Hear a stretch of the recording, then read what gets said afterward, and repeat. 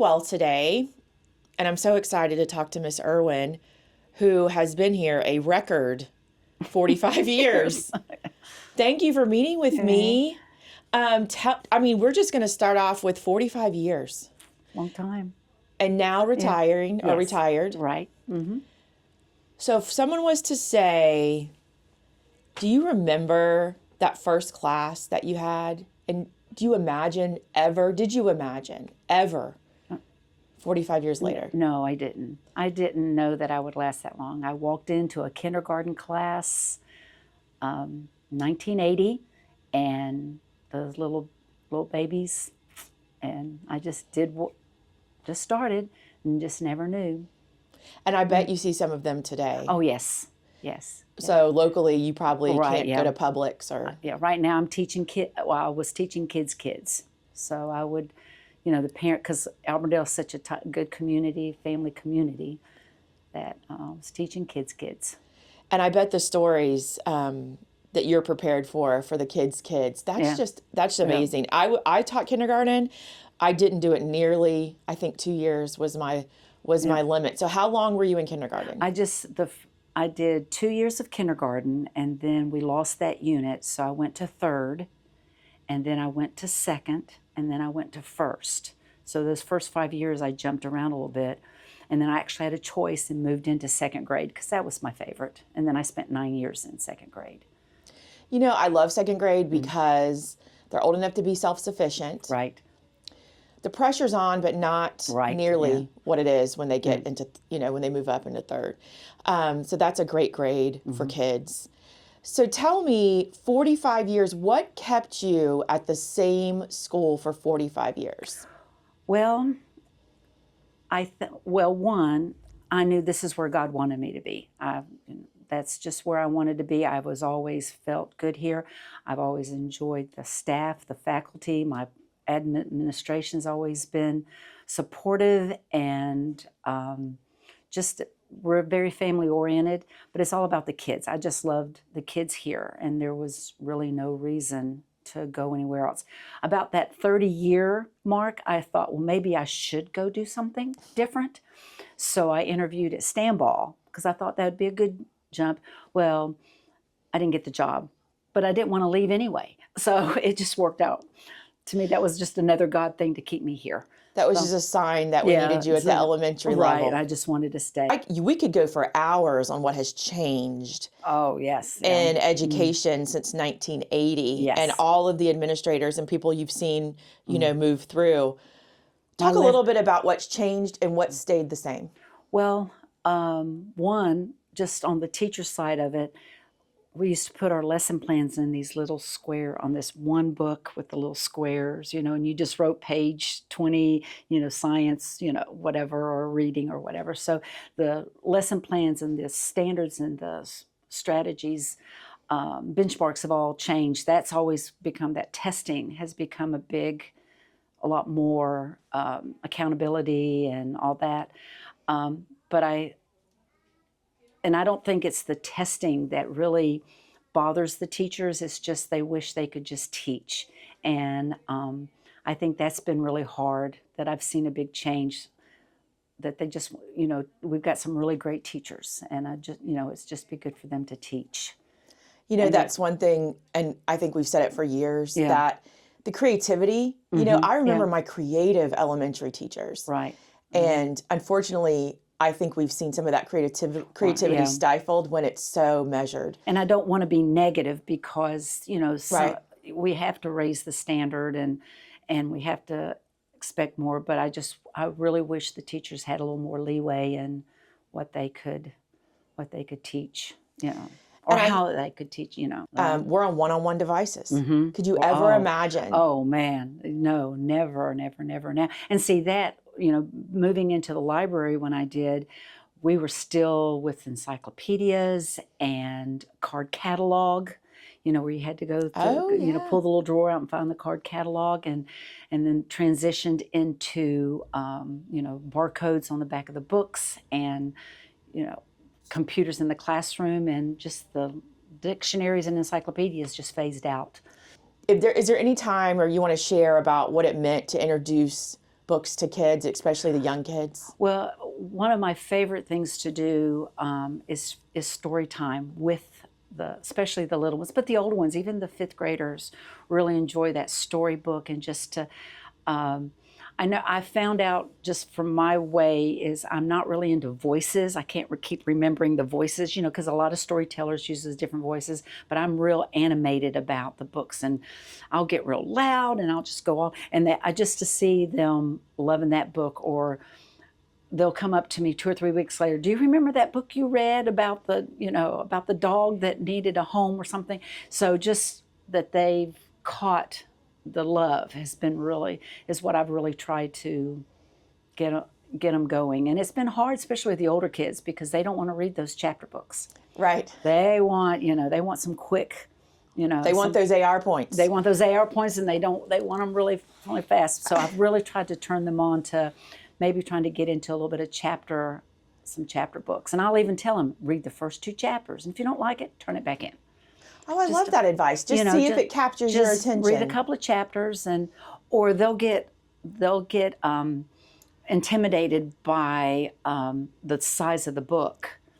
And if you open it up, look, there's all these blank pages, right, or there's all these pictures. So it's really, if you take all the pictures out, then it's only this size book. So. No, I think the kids understanding, I just remember when the kids could almost escape into another place, for them to see that opportunity. Mm-hmm. And a lot of our kids who don't have books at home, or they don't have access to a lot of the stories. Yeah. And then I noticed even with my own child, the whole manga series, where it's like, I'm like, you're reading a comic book, go find something else. Yeah. And then I saw how it drew her into stories. Right, yeah. And so they would graphic novels. The graphic novels. Yeah. And so it's been interesting to see how we've evolved with books, mm-hmm, just to keep their interest. But I know that the meaning of our kids, we know what it means for kids to be able to be fluent readers. Right. And mm-hmm, there are studies done to say that if they're not reading by 3rd grade, they will struggle. Right. Just like some of the math skills, if they don't have by certain grades, they're going to struggle with higher advanced classes. But reading, we know, is the key. And even looking at our adult schools and seeing some adults have came back and said, listen, I made it through life. Yeah. I'm not a fluent reader. Mm-hmm. And to see what it means to change their lives by teaching them to read. Oh, yeah. I think it changes their life. Yeah, and it's just hard to sometimes get that hook, and that's what I felt one of my jobs is to try to get them hooked on an author or a series, or just something that will take them to the next book. Because you can bribe or encourage or whatever a child to read one book, but can you get them to that next book and that next book? So no, that's great advice. If you can just get them to connect, then they'll keep reading. Right, they'll go to the next book. I love that. So what would you say students will remember most about Miss Irwin? Oh, wow. Oh, I don't know. I don't really know what they're going to remember about. I mean, we're going to have to interview some students. I know. So that I know sometimes the kids think that I'm really silly, because I try to be very, because I don't have to be the heavy. I don't have to do grades and stuff. I could joke with them, and I've really tried to build a relationship with them so I could joke with them, and just, I'll say, "Are you kidding me? Come on, you can do this." I think they, not a friend, but I think they knew that I was very open and very friendly, because even I've always wanted them to be comfortable with me, and I think they are. That most of them were comfortable with me. I think that's a great gift, because we have adults, well-meaning, but to know what it's like to have a kid whose joy is found at school, or that person, the smile and the joking that they get to do at school. Right. There might be a lot of stress at home. They might be one of several kids. It might be the one day that you'll connect. Yeah, and sometimes if they don't know where their class is, they'll come ask me. They feel comfortable enough to say, I don't know where my class is. They may be at recess, or they missed them in transition somewhere. So that's always been, I just felt like if they're comfortable enough to come, I just wanted them to come in and be able. I think that's one of the best things, to create a safe place, Right, a person, yeah. you know, a one trusted adult that if you had something bad happen during the day, as a parent, I would want to know there's one trusted adult at the school that if something happened or my kid got turned around, they would know right where to go to get the answers or to get, you know, what they need. So I think that's a gift. We know a lot of things have changed and some things have stayed the same between the teaching and in our libraries. What advice would you give to a brand new teacher starting out? Oh, wow. You got to love the kids. I mean, you've got to develop, you know, we talk about having relationships, you know, building a relationship with students. I mean, that's kind of a standard for teachers, not as a friend or a parent. You have to build a relationship as a teacher with them. But I think if you've got to have that love in your heart for these kids, because some of them are a little challenging. You know, that's a great way to say it. They're a little challenging. They get a little, you know, you're going, not again, you know, or just, you know, and a lot of them have medical issues or mental health issues that they're coming from home. That that's one of the things that really has hurt me, is how can some of these kids be so angry and so hurt and be so young, right? You know, when their childhood should be, you know, they shouldn't have to deal with some of the stuff till they're older. Yeah, we've seen kids that have adult problems, right, or have been exposed to adult problems. That's been a big change. So I think if you can say that I love these kids. What does it feel like to know that since 1980 you have hundreds of students walking the earth? Well, and those first 14 years that I was in the classroom, obviously I was just focused in mostly on those kids, and then maybe those in the grade level, you know, when we did activities together. But since I moved into the library, when we've gone from the 600 kids to almost 900 kids coming through, that's been really expanding the kids. And when I was younger, a lot of years ago, I used to really try to learn all the kindergarten names. That was a big challenge for myself, because that way I could remember most of them and carry on through the 5th grade. But it's gotten a little harder as I gotten older to remember the names. But I've tried to build real strong relationships with the K1-2. That way, when by the time they get into 3rd, I can start, you know, having we're connected already. Talk about the Authors Club program. Okay. Well, okay. I was trying to get the kids to read more, you know, the chapter books, and then more storybooks and stuff. And I was trying to, what the hook was, because, you know, kids like, you have that hook. So my daughter, who happens to be an attorney, so she's smart and brilliant, so she really wasn't into reading until she got hooked on the Babysitter Club books. Okay. So she started reading those, and then she found another author. So I thought, well, maybe if I can get them hooked on an author, then they might read that series of authors. So the basic program was that they either read 2 chapter books or 4 storybooks by the same author. And of course, they took an AR quiz and had to pass. I had a section on their little paper that they had to do some research, 2 or 3 facts about the author, and then 2 or 3 sentences about the reflection of what they liked about the author, the characters, or the book, just to give them some writing reflection and stuff. And then they turned that in, and I gave them a folder, printed them a certificate, and they had a lanyard with a button that said Authors Club, and then they earned these little cheap little pens on their lanyard. So I love that idea. So that is, you know, they were earning, and so every time they were in the Authors Club, so in every 10 they got a different colored lanyard. So what a great reward system that's not super expensive, but it shows that they're proud of what they've accomplished. And they get on a kick. They wanted the different after they started collecting pens, they wanted the different colored lanyard, and then they started that one. They said, what's the next color? And so and then once they got to be interviewed on the news, our CBTV news, when they got on there, so they like seeing their name, and I took their picture of their certificate, so they got to be on there with their certificate too. And also I could do some little what we would call now data chats, because I would talk to them about their writing, you know, the author, you know, you're supposed to have periods and, you know, capitals in your sentence, or I got to do just little teaching moments in there once in a while, or they'll just say the book was funny, and I'll say, well, why? Give me some details of why that book was funny. And so it's just 2 or 3 minutes, just a minute or two. So I was able to kind of do that with them too when I could. That's brilliant, because what you were doing was they were expanding vocabulary. Yeah.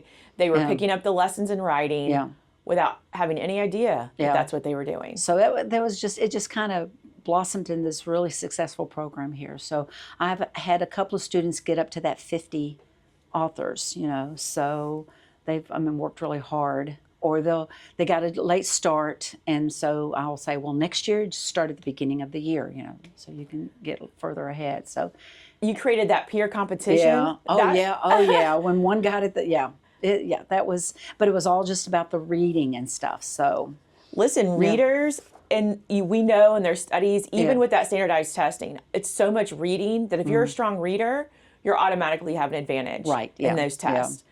And just a little side note about Authors Club, they would turn it in on one day, and they'd have to wait till the next day to get their folder and their certificate, because, I had to have time to print them and all that kind of stuff. And that sometimes was so upsetting that they had to wait till the next day. They wanted the reward immediately. So that was another little thing that kind of threw up in there, that was thrown up in there. They had to wait a whole day. But I think that's so smart, because we are in a society of that quick return. Fast food society, So they knew that they worked hard, they would be acknowledged, and the reward would happen after they completed the assignment. Yeah. I love that idea. I didn't know about that. Your principal shared that with me. Mm-hmm. So as we close it, there's so much, because this is a long time, 45 years. Yeah. But what would you say is your greatest accomplishment? Is there a story? Is there a kid or something that you want to share on our ending here that you feel that you just knew you were here for the right reason? Well, just, I don't want to sound, mushy and sappy and stuff, but, I would have kids come back and say, you're the reason I've started reading, or, I had a teacher, parent, say that the Authors Club, my daughter wouldn't read at all, but now she is, and I just think, even from my car duty that I had, just the kids coming in and hugging me, wanting to be here. I think maybe that's, I could say reading but I think just the kids wanting to come to school has always. They could see you and feel that that environment we created. I had a fifth grader that just this past year, and this might make me cry, I'm sorry. Okay. She was new last year, and her brothers and sisters were in fifth grade, so they left, so she was here kind of by herself in fifth grade, and she ran late. She didn't always come. And so whenever she came, I'd always, make a big deal of her coming and giving her a little quick hug and stuff. And she wrote in a card to me, the kids all gave me cards that I was the reason that she would come to school.